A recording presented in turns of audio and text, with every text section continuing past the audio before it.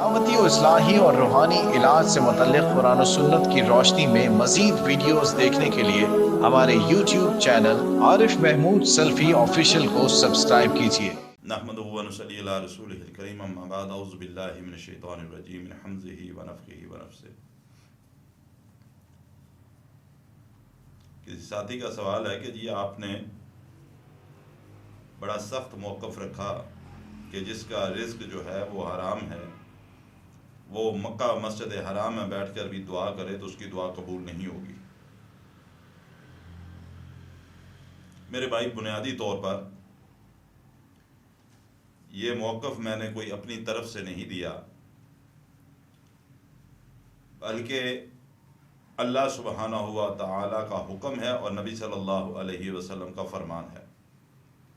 اللہ کا حکم اس طرح کہ اللہ کے نبی علیہ الصلوۃ والسلام جو بات بھی فرماتے تھے وہ در حقیقت اللہ ہی سبحانہ ہوا تعالیٰ ہی کا فرمان ہوتا تھا۔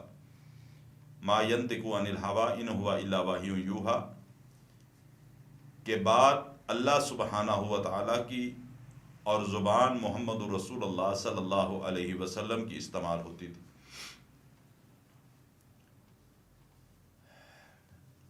رزق حرام کے حوالے سے میں نے جو بات عرض کی کہ وہ مسجد حرام میں بیٹھ کر بھی اللہ سے دعا مانگے تو اللہ تعالیٰ اس کی دعا قبول نہیں کرے گا۔ سب سے بنیادی بات کہ اس بات کا میں پہلے آپ کو جواب دے دوں کہ امام الانبیاء جناب محمد رسول اللہ صلی اللہ علیہ وسلم فرماتے ہیں کہ ایک شخص لمبا سفر کر کے آئے، عمرے یا حج کی نیت سے لمبا سفر کر کے آیا، آگے مسجد حرام میں آیا اور بیت اللہ کے غلاف کو پکڑ کے رو کے اس کو جھنجھوڑ رہا ہے اور ساتھ ساتھ روتا جا رہا ہے اور اللہ تعالیٰ سے اپنے گناہوں کی معافی طلب کر رہا ہے۔ اللہ کے رسول فرماتے ہیں صلی اللہ علیہ وسلم کہ اللہ کی طرف سے آواز آتی ہے، اے میرے بندے، میں تیری توبہ کیوں قبول کروں، میں تیرے گناہوں کو کیوں معاف کروں؟ تو نے جو لباس پہن رکھا وہ حرام کے مال سے بنا، تو جو رزق کھاتا رہا ہے وہ حرام کے پیسے سے حاصل ہوتا ہے، میں اللہ تیری دعا کیسے قبول کر سکتا ہوں؟ اللہ کے نبی فرماتے ہیں صلی اللہ علیہ وسلم کہ اللہ سبحانہ ہوا تعالیٰ اس کی دعا قبول نہیں فرماتے۔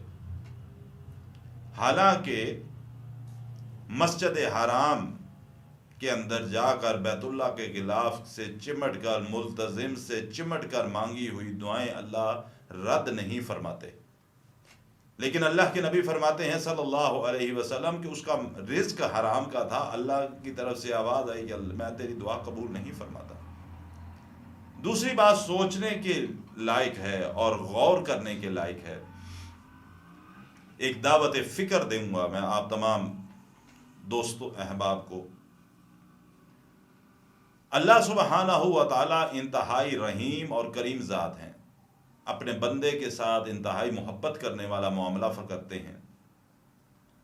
انہوں نے ہمارے لیے ایک ماں کا محبت بھرا رشتہ بنایا، اور ماں کا محبت بھرا رشتہ ایسا رشتہ ہے کہ انسان جتنی مرضی غلطیاں کر لے، اپنی والدہ کے ساتھ بد اخلاقی بدتمیزی سے پیش آئے، اس کے باوجود ماں اپنی اولاد کے لیے بد دعا نہیں کرتی، دعا ہی دیتی ہے۔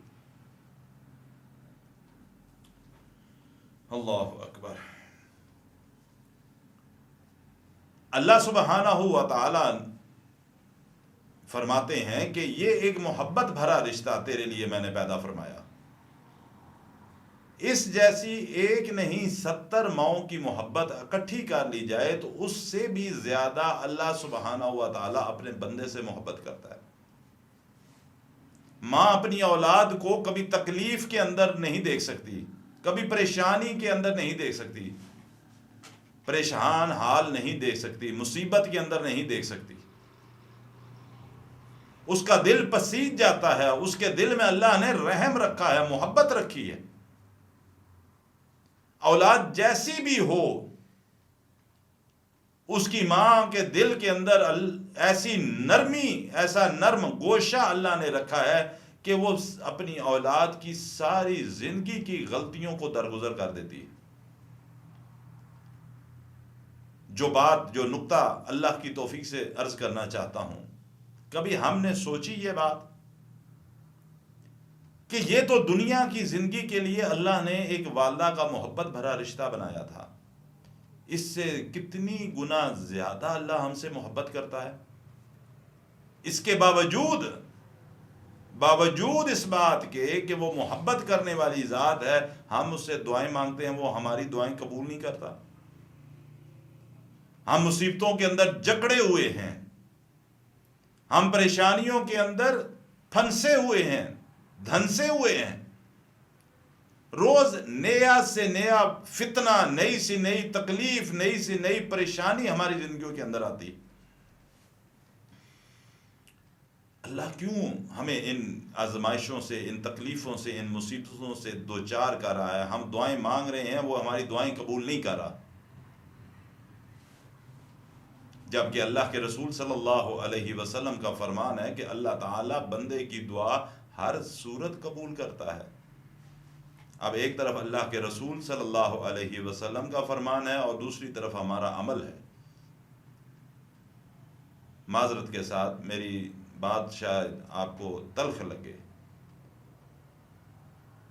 رمضان آتا ہے سال کے بعد، 27ویں رات کو لاکھوں کے اجتماعات ہوتے ہیں مسجد حرام میں، مسجد نبوی میں، پورے دنیا کی مساجد کے اندر.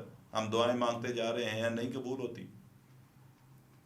ذاتی زندگی کو لے آئیں یا من حیث القوم ہم دیکھ لیں کہ مسلمان ذلیل و رسوا ہو رہے ہیں پوری دنیا کے اندر، ظلم کی چکی کے اندر پس رہے ہیں، دعائیں مانگ رہے ہیں، قبول نہیں ہو رہی.